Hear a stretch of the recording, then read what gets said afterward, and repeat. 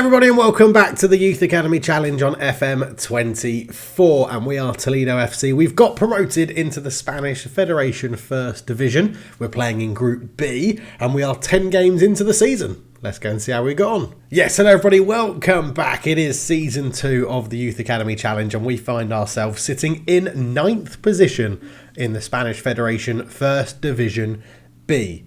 And in Division B, we're going to be taking on such giants as Valencia B, Malaga, Villarreal B, Intercity, whoever they are, and the team that actually came up with us, which was Ciudad Real, who are bottom of the table and struggling. They've played 9 games, have 5 points. We've played 10 games and we have 12 points. Now, this table is bonkers because we're in the top half. We are 9th in the top half of the table.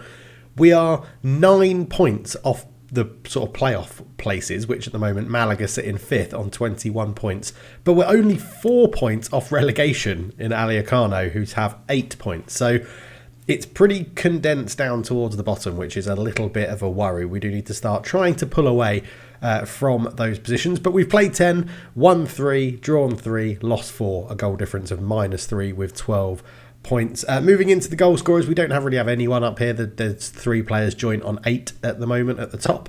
Don't have everyone the highest average ratings. Manu Gavilan is second in the assist ratings though with 6, which is very, very nice indeed. Don't have player of the matches, don't have any clean sheet like winners up there, but we do have the player with the most yellow cards, which is Jorge Pomareta, which is lovely. It's been a real mixed bag actually this season. It started with a wonderful 4-0 win over the team that got promoted with us, which was Ciudad Real. They ran away with the second division that we were in last year, but are struggling in the first division of the Spanish Federation. But we beat them 4-0 on the opening day away from home. Malaga, big old Malaga, came to play us at our ground. Beat us 4-2, 2 reasonably late goals for them in the 73rd and the 88th minute wrapped it up for them. We then got beaten by Eldense, which is an amazing team name, but they beat us 2-0, which was a bit annoying. Back-to-back wins though, 2-1 wins against Merida and Valencia B was lovely, and that game against Merida actually saw Matthew Bissett scoring his first goal for the club, and we have our new faces in the game. So Matthew Bissett, you have a lovely set of hair and lovely full beard in this one, as well as you as a Spanish Brazilian striker got your first goal for the club, which was lovely. A nice little finish on your right foot. You are the only person that is named from the patrons and channel members, because I don't think we're going to have too many of the other ones sticking around from the intake this year, but we'll get onto that in a minute. The Valencia B win was followed up by an absolute hammering from Lanusia, 4-0, which was disappointing. They then went away to Cartagena and drew 2-2, lost at home to Murcia 1-0, and we've just gone on back-to-back draws. A 0-0, very boring game against Anguilas, and a 3-3, very entertaining game against Intercity, in which we were 3-2 up until the 91st minute, when John Gastenaga got the goal. Very, very irritating. We're sort of playing reasonably well in all these games. We're dominating, we're playing well, but we have been affected by injuries, and the 2 biggest injuries are still ongoing. Manu Gavilan broke his collarbone and is out for 4 weeks, which is absolutely awful for us because he was being key to our assists and someone with a couple of goals as well. You can see 8 goal contributions in 7 games. He made the step up really well, so we are really missing him up front at the moment. Our 34-year-old experienced striker hopefully he doesn't retire from that injury. And the other one was Nando Quesada, who's not been too key in central midfield, but has been coming on for a lot of games. 4 appearances, 6.75. You can see here, 1 start, 3 sub-appearances. But he's fractured his lower leg, so he's going to be out as well. And that is a bit of a disappointment. Now, training is awful. Our training levels are dreadful. The facilities aren't very good. The staff aren't very good. No point in upgrading the staff yet. I think if we confirm our safety this year, then we'll upgrade all of our staff and things like that. But generally, the average rating isn't too bad. 3 people averaging over a 7, of which one is Manu Gavilan. and then a lot of 6.9, 6.8, 6.7. A couple of people down here not doing brilliantly. And if we look at the appearances, you can see who's sort of the stalwarts in the team. 10 for Yelko, 10 for Moreno, 10 for Pomeretta up there as well. 9 for Sagado, 9 for Ndika, not doing too bad. We are trying to bring through a few youngsters. So Matthew Harrison, the Australian, has got 3 appearances for us in the league this year. He's actually playing more as a wing-back. On the left, he's sort of rotating that position with... Where's he gone? Here he is. Guilherme Alba at the moment is playing as our wing-back. So he's mainly playing as a wing-back left. He's either-footed, so we're using him where we need him to. But he'll probably then shift to the wing-back on the right position when we have long-term injury list player come back. Unix Alvarez, who's one of our better players at the club, he will be slotting in back into the left wing-back role. And we'll see how he goes. But he damaged his cruciate ligaments towards the end of last season. So we're waiting for him to come back and get into full fitness. So the squad has been a little bit of a mix. You can see if we sort by age, Claudio Lara, who's up here as a 15-year-old, hasn't played yet. He hasn't got a face because he's 15. But that will be sorted out in the next iteration that we do the faces. In fact, because I'm not playing him, I may drop him back down into the under-19 so that he actually gets some football. Victor Jorg in here as well, 16 years old. He needs to also get a face. He hasn't played either, so I think we can drop him back to go into the under-19s. I think 10 games into the season, if someone hasn't played at all for you, they can drop back down to the lower age groups and try and get some football under their belt. So Martin Huertes, the 16-year-old, he'll be probably getting a few more sub appearances here and there. 3 so far this season. Harrison, Bissett, we've talked about. Alba, we've touched on. Camero is a centre back. He's a really tall centre back. I do think if we can get him some game time, he could develop. But in the one game he's played so far, he's actually been pretty poor and getting a 6.3, which is pretty dreadful. Sarmiento, 1 appearance off the bench, not really been given a chance to flourish. And he did all right when he came in last year, the youngster. 12 appearances, 4 goals, 7.07, but struggling for a few appearances this time.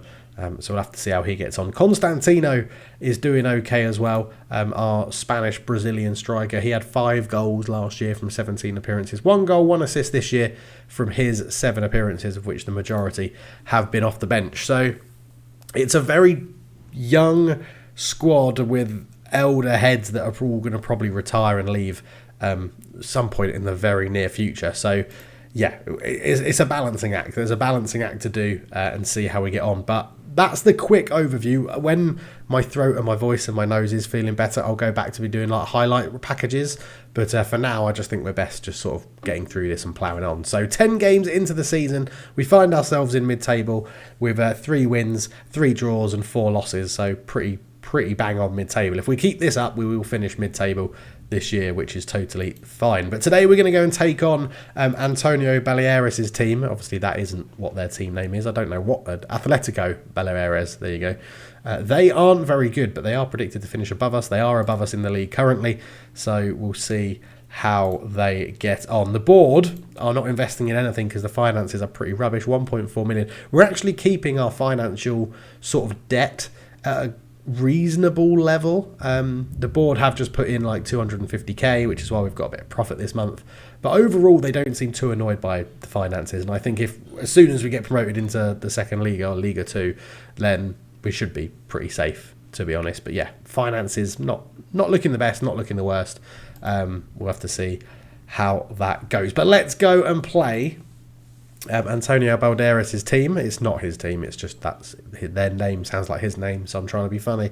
But where I'm ill, it's probably not coming across properly. Right, Yelko is going to be in goal because he has been absolutely superb for us this season. So Yelko will start in goal. We're going to start Tito Pelea as the right wing back, and that means that the left wing back will continue to be Guilherme Alba playing over there, which is good. 2 very good new gen players coming through. I say good new gen players, good looking new gen players.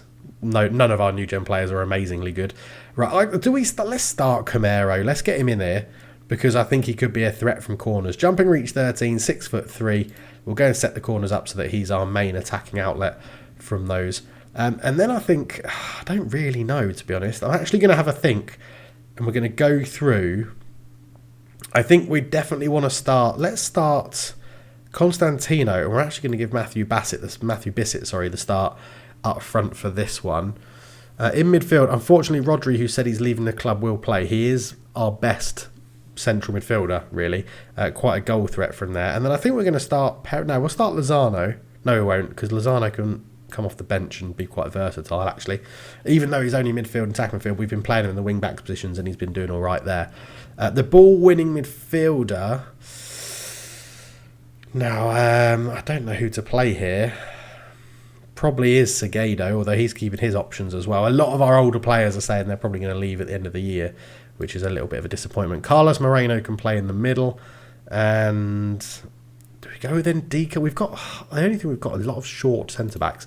And Dika probably is the best of a poorer bunch. So on the bench, we'll then go Huertas. We get loads on the bench, which is very useful, especially when we're going to be bringing through youngsters. So Navarmo, Pomeretta, Lorente as a right wing-back. Harrison as a left wing-back. Garrido can go on there as well. We'll have Pepe Delgado. We'll have Lozano. We'll have Sarmiento. And we'll go for Costa. And then the last place, we will go... I'd like to have Unex Alvarez, but I think... Yeah, no, it's cruciate, so there's no point in putting him on there. It's going to have to be one of you two then, isn't it? Oriel or Moreno? Let's go for Oriel. You've trained better, so we'll put you on there. Right, that's how we're going to go into this game then. Set pieces, attacking corners, aerial threats. Let's get... Where is he? Jumping reach. Search. Can I search by jumping reach? There he is. Camaro. Let's just put you up. Yes. Yeah, why am I not taking control of these anyway? I thought I did take control of these. Camaro. Let's get you right up there. Because you've got the jumping reach. Moreno has the strength and the heading, so we'll see how that goes. Constantino as well. I feel like jumping reach is just... Do you know what? We're going to mix it up. Going to completely mix it up and go for that. Right. Yeah, let's crack on and see how we get on. Now, there's been no more coaches that we could bring in. There's been no more sort of staff, backroom. Playing 11 must have at least 7 players who have been registered for the first team. Currently 6. I've got to remember to register everyone. Okay, so that means we've got to unregister. Not unregister. We've got to pick someone who is registered. Can I go and do this now? Can I go and be cheeky and just go back, and then go registration, and just go bosh. What's the maximum squad size? 24.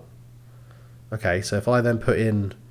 I mean, Alba's definitely going to play a lot, as is Harrison, as is Bissett. So that should be fine. Oh, I can't confirm it. Changes cannot be confirmed outside the squad registration window. Okay, so I'll have to remember to do that next time, right? Oh, then it's... Oh my god, I've just beaten the system. By going into the registration page and coming back, it's allowed us to actually pick a team that isn't legal to play. Fair enough.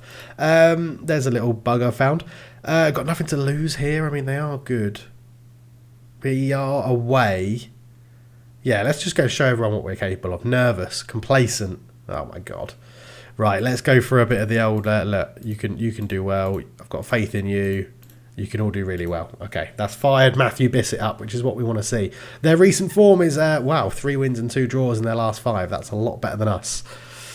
Yeah, that is a bit of a worry. As you can see, we are 3 draws and 2 losses in our last 5. So I'm still sticking with the system. I think the system is working.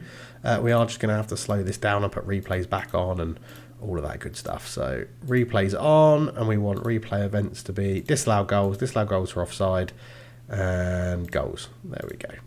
Right, we are ready to get underway now in wherever Baleares is. Don't know where that is in Spain, but I don't even know where Toledo is, but it's a nice place, a lot of people have been telling me. And yeah, we will be naming the formation in the next episode as well, as we come to Youth Intake Day. Youth Intake Day in Season 2 will be the next episode, where hopefully we've got a bit of security in the league going. We've picked up a few more wins and got a few more points on the board. You can see even game, 3 shots apiece, 2 on target for them, 3 on target for us. And that is cleared away. It's hoofed back into the box. You don't see too much of that in Spain. Ramon into Sadel. Good clearance away by Camaro. Jove picks it up into Sashush. Ramon, Palo, Hugo Rodriguez over the bar. What I will say is probably Yelko in goal has been our best player of the year. He has been very, very busy in the first 10 games of the season. We're probably doing better than we should be doing in the XG table. We'll check that out after this episode. But it's been a tough season, but we're sticking with our principles, and I think we're doing reasonably well by doing that. I think the players know the system. We used it all of last season. We're in a good position. That's a good save from Jelko again from the free kick, as we're just getting towards half time. If we can go in at half time 0-0, I will take that, I think, because that's put in good hands from Jelko again. Normally when I big a player up on camera, they put in a bit of a stinker of a performance, but I think we're doing all right. I'm going to say I'm not happy, even though I actually am happy, because it has had the reaction that I wanted it to do. They're all inspired and think they can be a little bit better, and that's got Bissett on side as well. So Matthew Bissett is struggling a little bit today, but he is a youngster, 6.7, so not dreadful.